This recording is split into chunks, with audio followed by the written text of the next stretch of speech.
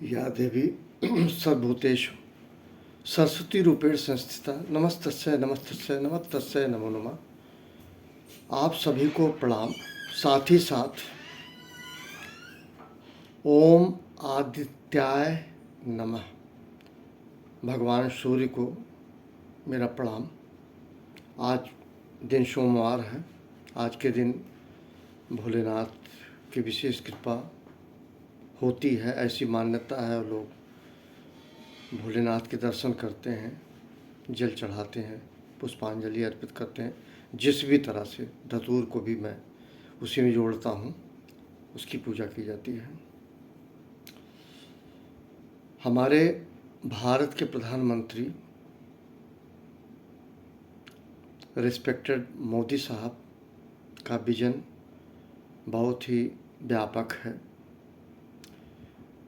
मैं किसी राजनीतिक मंच पे नहीं हूँ, ना मैं कोई राजनीतिक कार्य करता हूँ।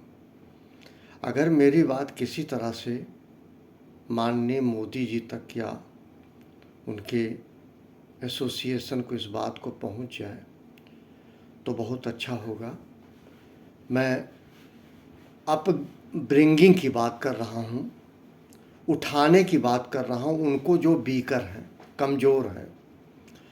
हमें कहीं से भी कुछ भी अगर सीखा जाना चाहिए तो अवश्य सीखें। वो रास्ता कोई भी हो, हर किसी की अच्छी बात सीखी जाती है और अनुसरण भी किया जाता है। बुराई नहीं है। जैसे कोई प्रणाम करता है तो हम भी प्रणाम करें, एक तरीका है साहचर्य का, संबंध का, व्यवहार का। मैं यूरोप या डेवलप्ड इकानमी की बात कर रहा हूँ। मुझे उस पर्टिकुलर कंट्री से लेना देना कुछ नहीं है, सिर्फ मैं उनके अपब्रिंगिंग की बात कर रहा हूँ। उनके यहाँ एक ही जात होती है, वो उनकी राष्ट्रीयता की जात होती है। अमेरिकन हो या अन्य कंट्री हो, उनका वहाँ का वो नेशन होता है और नेशन का एन इंडिविजुअल एक व्यक्ति होता है, उसकी कोई जाति नहीं होती। तो वहाँ होता क्या है, सभी लोग जानते होंगे, बहुत ही डेवलप्ड इकानमी है USA, United states of America.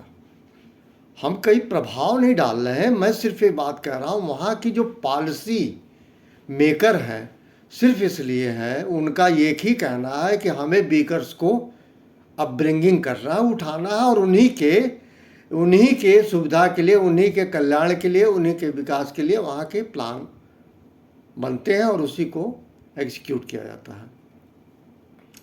ठीक हमारे देश में मैं रिजर्वेशन शब्द नहीं कहूँगा। रिजर्वेशन को क्वालिटेटिव मेजरमेंट ना किया जाए बाय परसेंटेज। मैं केवल क्वालिटेटिव बात कर रहा हूँ। अगर कोई पढ़ा लिखा व्यक्ति है, योग्य है, उसकी योग्यता के अनुसार उसको नौकरी मिलनी चाहिए। भारत सरकार को अभी जल्दी 2024 में हमारे विश्व का सबसे बड़ा लोकतांत्रिक देश है, इलेक्शन है, चुनाव है। हर पार्टी का, हर राजनीतिक पार्टी का मैनिफेस्टो होता है। मेरी हाथ जोड़ के प्रार्थना है सभी राजनीतिक पार्टियों से, मुझे इससे लेना देना नहीं कि बीजेपी की मेजॉरिटी पावर में आएगी, कांग्रेस की मेजॉरिटी पावर में आएगी या कोई और पॉलिटिकल पार्टी पावर में आएगी। यकीन मानिए ये मेरी सोच नहीं है। मैं सिर्फ ये कहूँगा, चूँकि भारत के प्रधानमंत्री माननीय नरेंद्र मोदी जी का विज़न बहुत ही बढ़िया है, बहुत आगे जा रहा है देश। लेकिन इतिहास के पन्नों में अगर चाहें तो ये भी अमर हो जाएगा कि हम आज से, अभी से मैं अपब्रिंगिंग करूँगा बीकर्स का, ना कि जाति का। हमारे देश में मैं दोष नहीं देता, मैं एक बात कहता हूँ, पौराणिक में या संतों महात्माओं द्वारा कहा गया, ब्राह्मण मुख से, क्षत्रिय घुटनों से, पता नहीं क्या क्या कल्पनाएं की गई और वो जात में बदल गया। खून सबका एक था, लाल रंग का खून सबका है, लेकिन जातिगत आधार पर विश्लेषण करते हुए महज पार्टियां वोट बटोरने के लिए उन्होंने पॉलिसी बनाने की कोशिश करी। उनको बुराई नहीं है, उनको आप ब्रिंगिंग करो, लेकिन पहले तय तो कर लो। एक जो है निर्बल आय का व्यक्ति है और वो सवर्ण ही है, वो चाय बेच रहा है, और एक जातिगत आधार पर छोटा बड़ा भी नहीं कहूँगा, वो कार में घूम रहा, उसको कार का गेट खोलने नहीं आता, उसको बैठने भी नहीं आता। मैं ऐसे भी लोगों से मिला हूँ, सोफा में बैठते हैं, बैठे हुए सब्जी वाले चाकू से अपना नाखून काटते हैं। सोचिए, जो सब्जी जिससे काटी जानी है उससे अपना नाखून काटते हैं। मैंने देखा है, ये मैंने अहमदाबाद में देखा, गुजरात में, मैं वहाँ था। मैं ये कहूँगा मोराल बहुत स्ट्रांग होगा, और इस जो भी गवर्नमेंट आए 2024 में, इस बात को तय कर लेना चाहिए, निर्णय लेना चाहिए कि इस देश में, हमारे प्यारे भारत देश में, उन गरीबों का आप ब्रिंगिंग किया जाए जिनका शैक्षिक आधार पर उत्कृष्ट अचीवमेंट है, ना कि जातिगत आधार पे। ये मैं बात कहूँगा। एक मैं आपको कैनन ऑफ इक्वालिटी की भी बात करूँगा, समानता का। शायद कहीं मन में बैठ गया है, कहीं ना कहीं, और देखा ये जा रहा है, ये डिस्पैरिटी की खाई आने वाले समय में बहुत बढ़ जाएगी। और जो आप जिनको सवर्ण कहते हो, याद रखिएगा, आपके पॉलिसी को इनकी जनरेशन, जो नई जनरेशन आएगी, मैं तो इस दुनिया में नहीं रहूँगा, आपको कभी भूल नहीं पाएगी। और दोष मुक्त बनने के लिए सबसे बढ़िया तरीका है, आप ब्रिंगिंग करो, अप ब्रिंगिंग करो, अपलिफ्ट करो।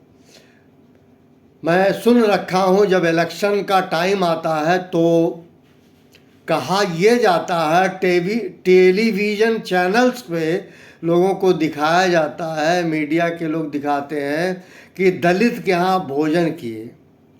दलित की परिभाषा क्या है? कभी आप सोच के दीजिए प्यारे, देखिए, जिसको आप दलित कहते हो, मैं ये कहता हूँ आप उसको छोटा कहते हो। आपका मैला उठाने वाला स्वीपर आपसे कैसे छोटा हो गया? वो तो आपसे बड़ा हो गया। एक माँ अपने बच्चे का शौच करती है, लेकिन उस बच्चे से माँ बड़ी होती है। ठीक है, आप पता नहीं कहाँ कौन सी धारणा में जाते हो, स्वीपर को छोटा कहते हो, दलित कहते हो, और पता नहीं क्या क्या कहते हैं। मैं शब्दों को परिभाषित नहीं करता, पर मैं बहुत आहत हूँ आने वाले समय के लिए। बीटेक MBA किया हुआ लड़का जातिगत आधार के नाते मात खा रहा है, और जातिगत आधार पे एक कम अशिक्षित व्यक्ति, डॉक्टर्स, इंजीनियर्स और टीचर्स, पता नहीं क्या क्या हो रहा है। और कई ऐसे मैंने मौके देखे, टेबल नहीं आती, मैथमेटिक्स पढ़ाते हैं, उसका पता नहीं कौन सा सेट ऑफ है, वो उत्तरमाला देखते हैं, उससे क्वेश्चन को फिर करेक्ट करते हैं, लेकिन उनका कॉन्फिडेंस लेवल ये नहीं है कि वो ढंग से अपने स्टूडेंट को एजुकेट कर पाए। अगर एजुकेट नहीं कर सकते तो दिशा दशा बदल जाएगी, भगवान न करे। कंपिटेंसी के आधार पर रिकग्निशन होना चाहिए किसी भी व्यक्ति का। मैं इस देश का, मैं भी एक व्यक्ति हूँ, नागरिक हूँ, साधारण व्यक्ति हूँ, मेरे पास कोई मंच नहीं है। मैं इन बातों से आहत हूँ सोचकर कि सरकारी नौकरी की बात नहीं है, बात यह है आपकी जो पॉलिसी है, आप जो लेके चल रहे हो, उसमें आप अंगीकृत कैसे करेंगे, इसका आधार हमेशा शैक्षिक होना चाहिए, ना कि जातिगत आधार पर। जातिगत आधार पे इतना वेरिएशंस कर दिया गया है, यकीन मानिए पढ़ा लिखा व्यक्ति, शिक्षित व्यक्ति गोते खा रहा है, डूब रहा है, उसकी मौत हो जा रही है, उसको जॉब नहीं मिल रहा है। सर्वाइवल का पॉइंट बना हुआ है, वो कैसे जीवित रहे, कैसे वो जिए, पढ़ने लिखने के बावजूद। पढ़ने लिखने में भी जब एजुकेशन, हायर एजुकेशन के लिए जाते हैं, वहाँ रिजर्वेशन की बात है। मैं यही कहूँगा, हाथ जोड़ के 2024 के इलेक्शन के लिए आप लोग वोट को इग्नोर करते हुए, बल्कि उसकी स्वीकार्यता उतना ना कीजिए जितना ये कीजिए कि कैसे हम करेंगे। प्राचीन या पुराने ज़माने में कहावत एक थी कि पुराने बुजुर्ग लोग कहते थे कि पेड़ कम समय का लगाया जाता है, पेड़ ज़्यादा समय का लगाया जाता है। तो लोग, बड़े बुजुर्ग फलदार वृक्ष लगा के चले जाते थे, लेकिन उसका फल उनको नसीब नहीं होता था, वो फल उनकी जनरेशन खाती थी। ठीक इसी प्रकार से आप लोग 2024 में फाइट करें, फाइट शब्द कह रहा हूँ, संघर्ष करें और सत्ता में जरूर आए। किसी की भी मेजॉरिटी पावर में आती है भारत देश में, हमारे लोकतांत्रिक देश में, याद रखिए आप ऐसा पेड़, ऐसा वृक्ष तैयार करें, ऐसा प्लांटेशन करें जो 100 साल बाद फल दे और वो कहें ये मेरे पूर्वज ये पेड़ लगा के चले गए थे, आज मैं लाभान्वित हो रहा हूँ।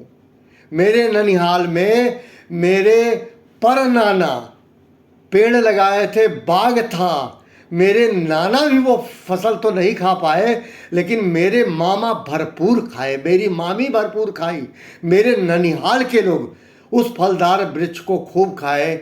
इसी प्रकार से मेरे ससुराल में भी मेरे पर ससुर जो पेड़ लगाए थे, जो वृक्ष लगाए थे, खूब बड़े बड़े आम होते थे और एक मैंने पूरा बाग देखा था।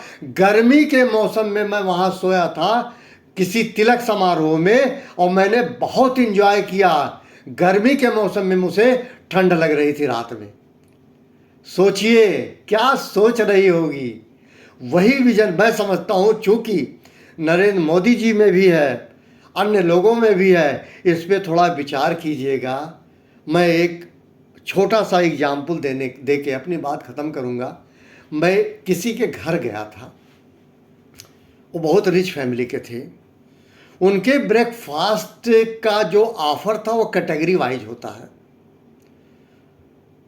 मैं उनके घर गया, अनइनवाइटेड था, उनको प्रणाम किया, बल्कि उल्टा उन्होंने पैर छुआ कि आप ब्राह्मण हैं। फिर मैं जात पे नहीं जा रहा हूँ, लेकिन उनके दिमाग में पता नहीं क्या। और उन्होंने अपनी वाइफ से ये कहा, पहले नौकर से उन्होंने कहा कि मैम को बुला लाओ। मैम आई तो मैम से परिचय कराया गया, ये ब्राह्मण देवता है, इनको आप प्रणाम करो। तो उनकी पत्नी पता नहीं क्या बरबस पैर छूने को, तो मैंने कहा पुत्री या लड़कियों से पैर नहीं छुआता हूँ, मैं आपके हाथ जोड़ता हूँ। बोले नहीं, मैं जरूर छूँगी, आप ब्राह्मण हैं, मेरे माता पिता नहीं हैं। और मेरी उम्र ज़्यादा नहीं थी, 52-53 साल की बात थी। और उन्होंने कहा ब्राह्मण ब्राह्मण होता है, मैं उन चक्करों में नहीं पड़ रहा हूँ। उनकी वाइफ तो उन्होंने कहा, उनके सामने मैं वहाँ बैठा था, कि रिच ब्रेकफास्ट इनको प्रोवाइड करो और सर्वेंट को शेयर मत करो। तो उन्होंने कहा नहीं, सवाल नहीं। तो मैं चुपचाप रहा। रिच ब्रेकफास्ट में फ्राइड काजू, पता नहीं क्या क्या दुनिया भर की चीज़ें हैं, मैं उसको परिभाषित नहीं करने की कोशिश कर रहा हूँ। पहली बार मैंने अपने लाइफ में सुना कैटेगरी वाइज ब्रेकफास्ट ऑफर किया जाता है। पहली बार मैंने पहले सुन रखा था, जब दामाद आता है तो बहुत बढ़िया बढ़िया पकवान बनाए जाते हैं ससुराल में कि दामाद को खिलाना है। पहली बार मैंने अपने लाइफ में शहर में ये सुना कि rich breakfast should be provided. जब ये बात ख़त्म हुई, उस समय मैं कुछ नहीं बोला, मेरे दिमाग में बैठा रहा। फिर हमारी उनकी मुलाकात हुई। मेडिकल कॉलेज में, और उन्होंने कुछ ऐसी बात, फिर मैंने उनसे क्षमा चाहते हुए मैंने कहा सर एक बात पूछना चाहता हूँ। बोले क्या पंडित जी, क्या बात है बोलो। मैंने कहा सर वो आपके हम घर गए थे। बोले तो, भाषा उनकी चेंज। बोले तो, मैंने कहा सर वो मैं ये नहीं समझ पाया, ये रिच ब्रेकफास्ट मुझको प्रोवाइड किया गया। तो कहने लगे अरे भाई, व्यक्ति को देख के मेरे घर में ब्रेकफास्ट दिया जाता है, इसलिए मैंने कहा इनको रिच ब्रेकफास्ट दिया जाए। मैं इससे ज़्यादा पूछ नहीं पाया, लेकिन मेरे अंदर कुंठा ज़रूर आई कि ये भी कैटेगरी है। इसको जातिगत कहेंगे, क्या कहेंगे, इसको कहेंगे स्टेटस। स्टेटस किस बात का हो सकता है? मैं जात के नाते प्रभावित, उनके यहाँ जो बड़े बड़े लोग आते हैं उनके लिए प्रोवाइड किया जाता है। पता नहीं क्यों मुझे प्रोवाइड किया गया, मुझे नहीं पता। पर मैं कहूँगा प्यारे, इन सबों को का करना ठीक नहीं है। कैनन ऑफ इक्वालिटी को अपनाया जाए, सब सुखी हो जाएंगे। और यदि किसी दलित के यहाँ खाना खाते हैं, मैं किसी व्यक्ति का नाम नहीं कोट करूँगा, तो कुछ ऐसा करें वो दलित भी आप ही की तरह खाना खाए। इन्हीं शब्दों के साथ आप सभी को प्रणाम।